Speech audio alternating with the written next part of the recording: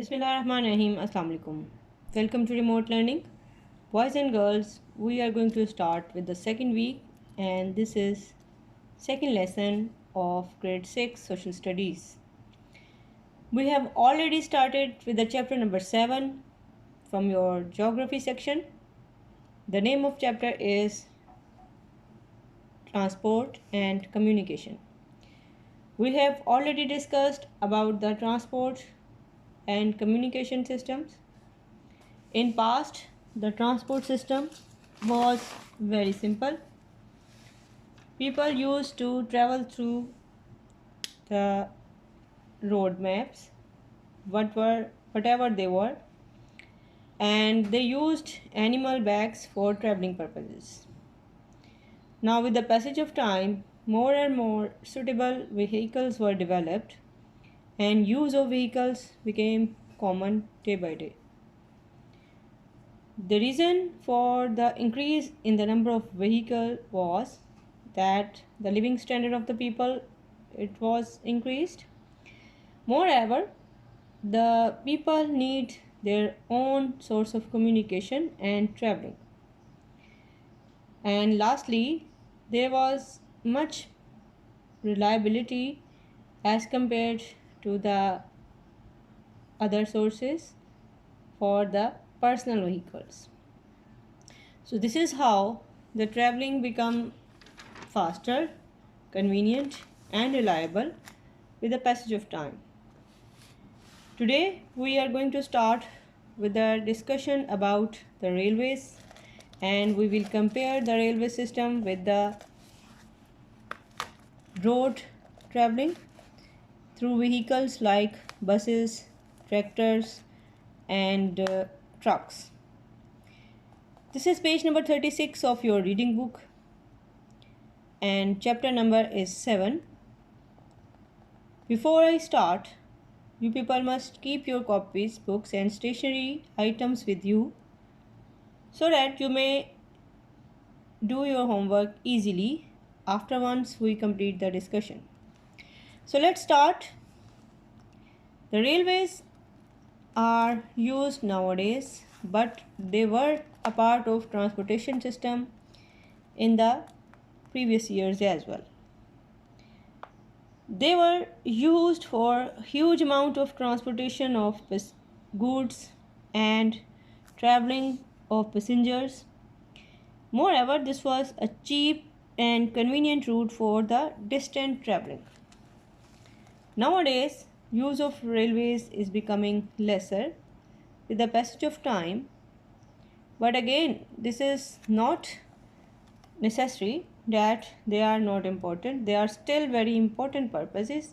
They are still very important as they are serving for the purpose of carrying heavy loads, stones, coals and iron ores, etc. Use of roads was very common and it is still very common because people used to travel through buses and their private cars.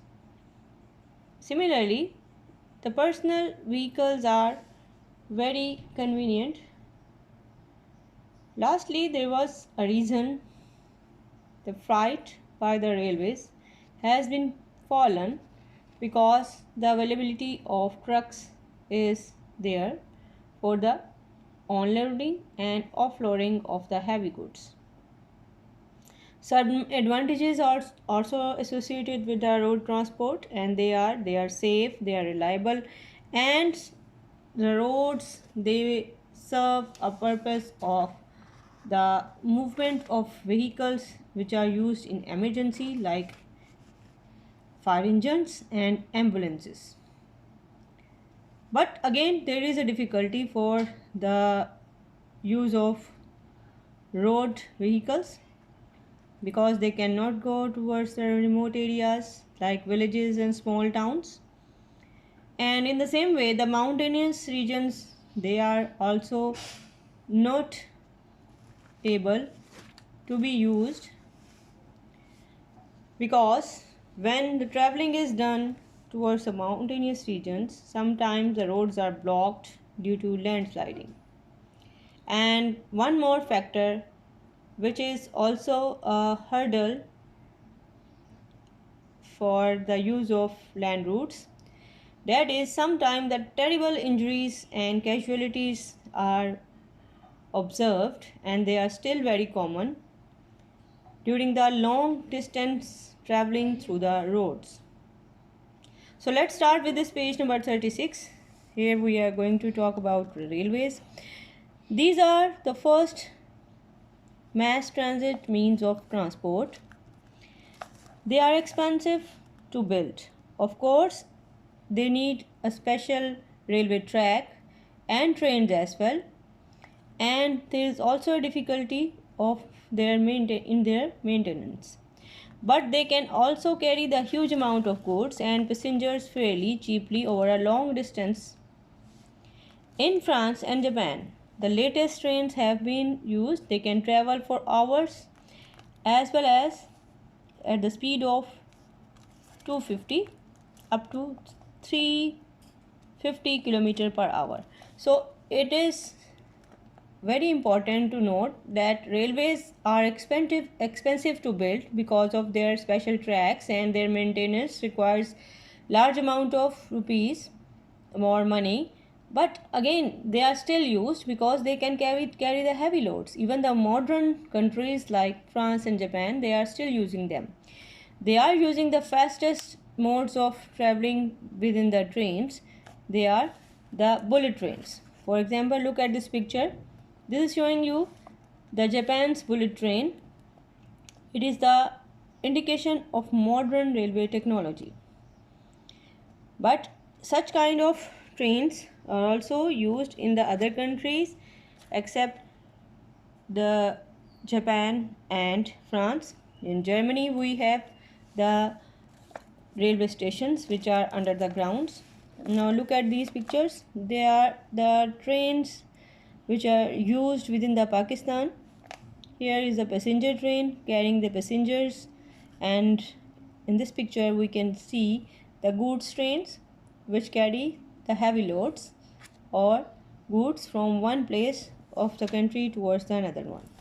So still they are useful, still they are used, and even they are modernized in order to serve the use during this modern times. So that is very important to understand that the sources of communication like roads and railways, they have their own values, they have their own benefits as well as their disadvantages which are associated with them. But since they are used frequently, both of them are used, so there is the reliability as well as there is a chance of disadvantage by use of these both routes. And one more thing, these both trains and road traveling through vehicles, they are the land routes for traveling purposes. Now let's start with our question for today. Our first question is about make a statement about the use of roads and railways in Pakistan over a period from 1990 to 2007. So, use of road transport has been increased in Pakistan as compared to railways in the recent years, for the reason that number one, people are using more buses and their own vehicles, personal cars. Secondly, personal vehicles are more convenient and flexible in the term of the route. Number three, freight by the rail has been fallen as the use of truck is easier for loading and offloading. Freight mean माल बरदार गाड़ियाँ. What are the advantages and disadvantages of the road transports? Advantages of the road transport are they are having the direct access towards the destination. Roads may lead directly towards the destination. Roads allow the life-saving vehicles like ambulances to move through them easily. Thirdly, heavy loads, they can also be used and carried away easily by road transport. There are certain disadvantages which are associated with the road transport. Number one, in mountainous regions, roads can be blocked due to landsliding. Secondly, access to remote areas is difficult by roads. Number three, very large bags or heavy loads are difficult to carry. Number four, casualties are common due to road accidents. So that is all for your homework today. Do it and submit it timely in the Google Classroom. See you soon, inshallah. Thank you very much. Allah Hafiz.